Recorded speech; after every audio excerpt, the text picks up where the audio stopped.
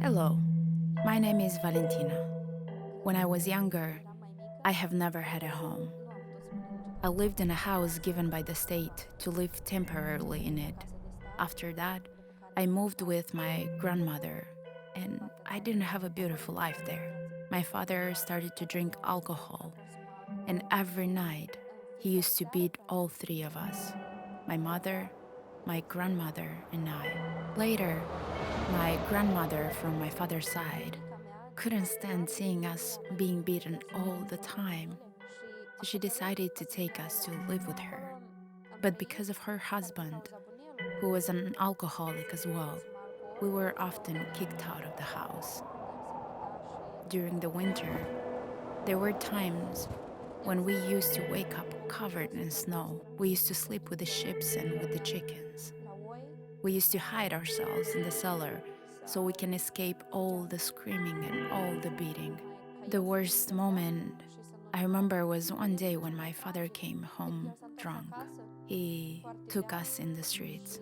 My mother was holding my brother in her arms, and my father stood there behind her and tried to strangle her.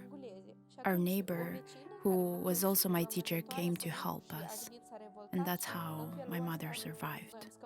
Later, my mother divorced my father, and we were left alone. We didn't have what to eat. There were many times when we would only eat bread and oil, and because the winters here in Moldova are very harsh, my mother used to work two jobs. She worked in cleaning shops and in other people's gardens, and as a payment, she would receive buckets of potatoes.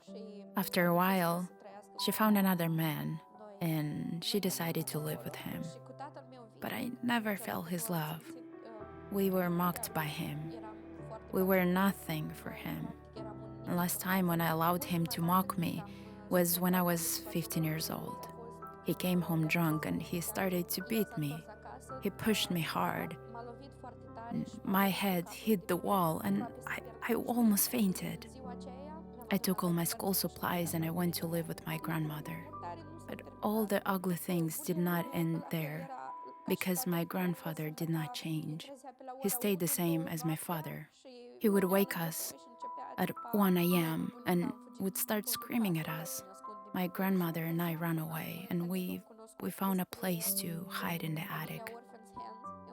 Later on, I met someone who told me about the orphan's hands. I was very excited to hear about it, and I really wanted to be part of this family.